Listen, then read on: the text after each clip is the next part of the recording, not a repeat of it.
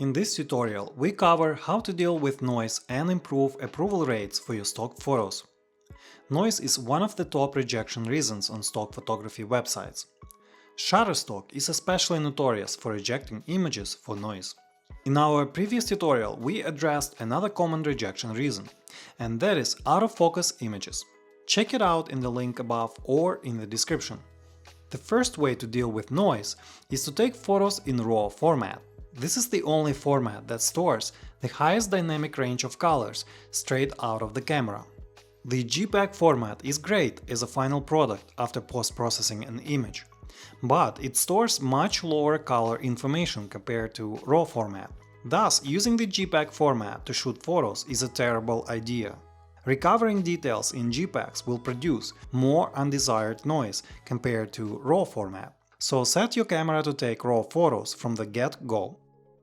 Another typical reason for noise is incorrect exposure. Photos with incorrect exposure will require heavy post-processing.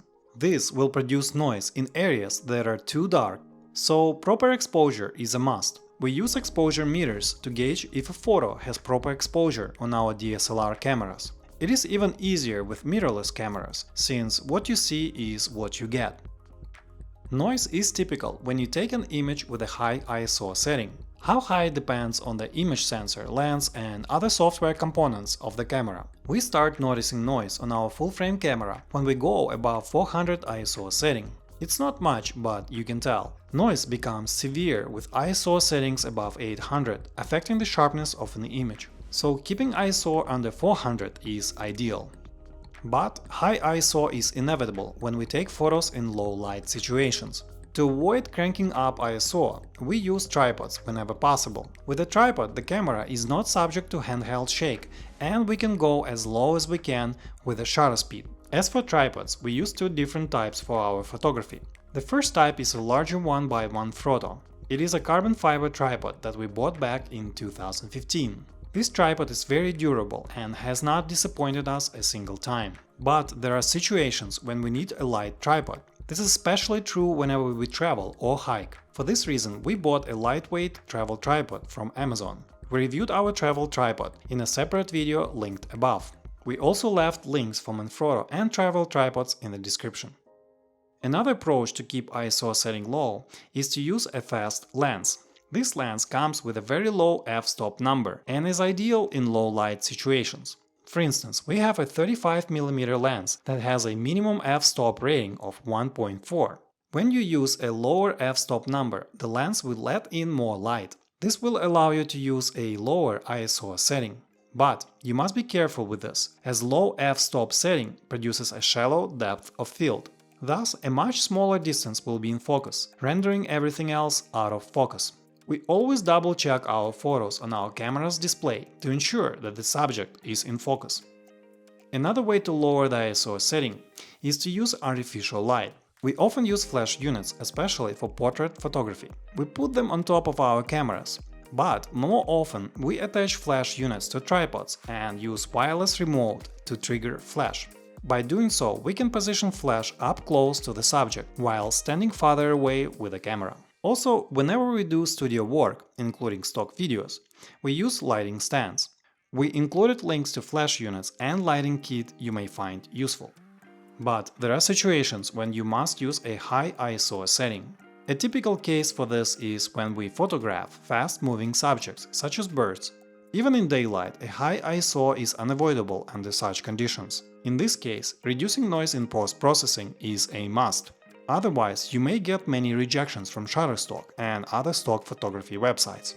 We start dealing with noise in RAW images in Adobe Camera Raw, which is similar to Adobe Lightroom. We love and use Adobe products for our stock photography business. You can check out their products using the links we left in the description. To reduce noise in Camera Raw, we use the Detail tab. Here you can set noise reduction value as needed. The Detail slider lets you preserve details. The Contrast slider lets you preserve contrast. We often set the Detail slider to somewhere between 50 and 70. But of course, it all depends on the situation. There's also the Color Noise Reduction tool that we use to reduce color noise. The best way to find your ideal setting is to play around with sliders until the result is satisfactory. The biggest problem with reducing noise in Camera Raw is that it's rather a blunt tool.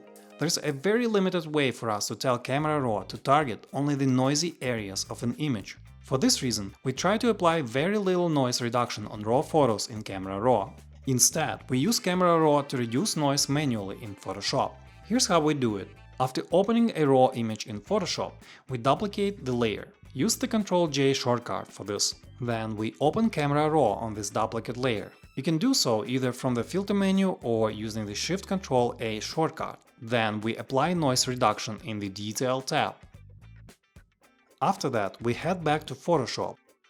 Next, we create a layer mask like so, and mask out areas that do not need noise reduction. But sometimes the noise is so severe that the image requires special handling. We tested several noise reduction plugins and decided to use Topaz Denoise AI. This plugin uses a machine learning algorithm to reduce noise in a targeted way. The program avoids clean, sharp areas and instead reduces noise where necessary. We saw a noticeable improvement in our approval rates after we began using Topaz Denoise AI. This was especially true for Shutterstock. The program lets you choose various noise reduction models depending on the situation. It also lets you remove color noise and even add sharpness to an image. The program is not perfect though, but it's still much better compared to what we did before. If you'd like to try Topaz Denoise AI, the program comes with a 30-day trial period. We left a link in the description if you'd like to check it out. This is it for today's tutorial on how to deal with noise in photos. If you enjoyed this video, please give it a like and subscribe to our channel. We often post photography tutorials that will help you succeed in stock photography. Thanks for watching.